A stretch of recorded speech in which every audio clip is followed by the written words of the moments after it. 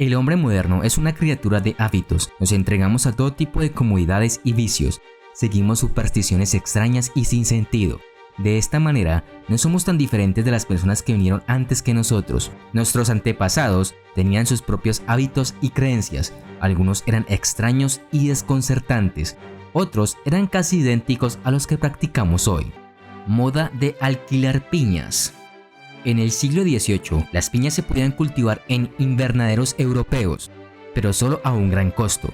Comerlo se consideraba un desperdicio, por lo que se usaban como adornos elegantes para la cena y pasaban de fiesta en fiesta hasta que se echaban a perder. Las personas que no eran lo suficientemente ricas para poseer piñas, pero querían lucir como si lo fueran, las alquilaron en tiendas que surgieron para satisfacer esta necesidad. En el siglo XIX, la creciente fiabilidad y capacidad de carga de los barcos de vapor permitió la importación de piñas a granel. La disponibilidad resultante de piñas a costos cada vez más bajos redujo su prestigio. Eso no le cayó nada bien a las clases altas, para quienes la fruta tropical había sido una vez un indicador de estatus. De hecho, la noción de que las piñas estaban disponibles y asequibles para todos era irritante para la clase alta. La introducción de la tecnología ferroviaria dio lugar a creencias ridículas. La llegada de nuevas tecnologías, al igual que la llegada de muchas incógnitas, a menudo genera temores sobre sus posibles impactos negativos. Un buen ejemplo de ello ocurrió cuando apareció la entonces nueva tecnología de trenes que operaban en líneas ferroviarias. Hubo un temor generalizado de que sus altas velocidades, al menos altas para los estándares de su época, resultarían letales para los pasajeros. Sin embargo, no es letal de la forma en que la mayoría de la gente se imagina hoy. En el siglo XIX, el riesgo percibido de las velocidades sin precedentes que proporcionaban los trenes no se limitaba a las consecuencias de un accidente o descarrilamiento. Los detractores teorizaron que los cuerpos de los seres humanos simplemente no estaban adaptados o no eran capaces de soportar los viajes a velocidades más rápidas que las de los caballos al galope. Los alarmistas de trenes razonaron que los órganos internos de los pasajeros se comprimirían contra sus espaldas con resultados potencialmente fatales. Estos temores finalmente se calmaron a medida que los viajes en tren se volvieron comunes, sin que se reportaran muertes por personas con el corazón o los pulmones aplastados contra la espalda. Sin embargo, fueron reemplazados por otro miedo, este de un peligro para la mente en lugar del cuerpo. En la década de 1850, a los victorianos les preocupaba que el aumento constante de las velocidades de los trenes, combinado con el traqueteo y los movimientos discordantes dentro de los vagones del ferrocarril, estuvieran causando lesiones en el cerebro de los pasajeros y volviendo loca a la gente. Al igual que hoy, el siglo XIX no tuvo escasez de medios sensacionalistas e hicieron todo lo posible para avivar el frenesí por los riesgos para la cordura que planteaban los viajes en tren. Creencias sobre los gladiadores en la antigua Roma. La gente de la antigua Roma tenía lo que se puede describir mejor como sentimientos encontrados sobre los gladiadores.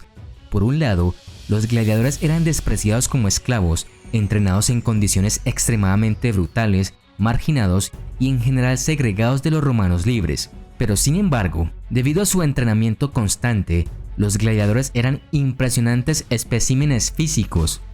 Es comprensible que esa combinación de letalidad y gran aptitud física convirtiera a los gladiadores en objetos de fantasías explícitas para muchas mujeres romanas y para un buen número de hombres romanos. Muchos antiguos romanos, al menos aquellos que estaban en condiciones de hacerlo, satisfacían sus fantasías con gladiadores. Los fluidos corporales de los gladiadores, especialmente su sudor, eran productos muy buscados en la antigua Roma. Por ridículo que parezca, hoy en día, las mujeres romanas adineradas estaban dispuestas a pagar un alto precio por el sudor y la suciedad de los cuerpos de gladiadores famosos. Una hoja de metal curva llamada estrigil, utilizada por los romanos para eliminar la suciedad, la transpiración y los aceites de la piel antes del baño, se usaba para raspar el sudor y la suciedad de las pieles de los gladiadores. Luego esto se recolectaba en frascos que se ofrecían a la venta fuera de los juegos del Coliseo. Algunas mujeres romanas también buscaban sangre de gladiador. Muchas mujeres romanas usaban la sangre de sus gladiadores favoritos para cubrir sus joyas, peines, pelucas y otros accesorios, o la mezclaban con sus cosméticos.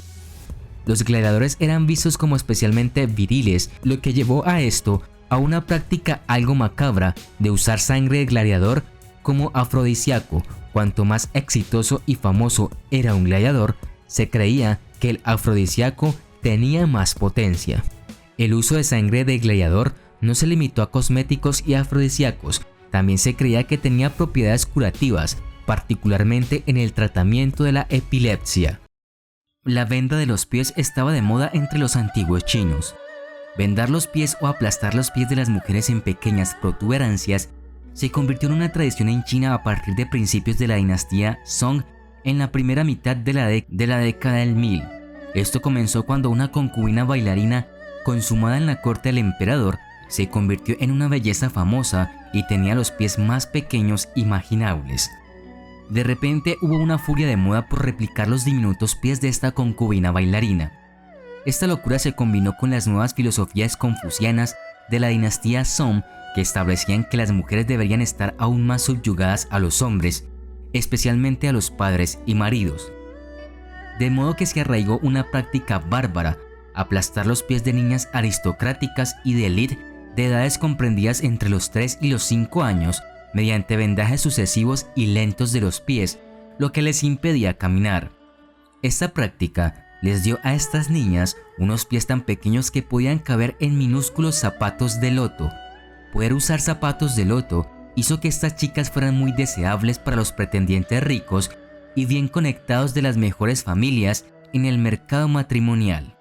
Esta vil tradición se practicó exclusivamente con niñas de élite y aristocráticas durante siglos, en parte porque solo los hombres y las familias muy ricas podían permitirse esposas que no podían caminar y que solo podían moverse en literas y palanquines llevados por sirvientes.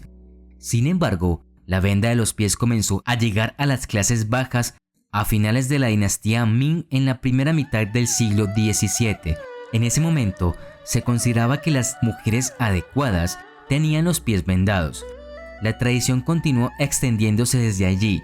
A mediados del siglo XIX, se estimó que entre el 40 y el 50% de todas las mujeres chinas tenían los pies vendados y el 100% de las mujeres de clase alta habían sufrido esta agonizante práctica.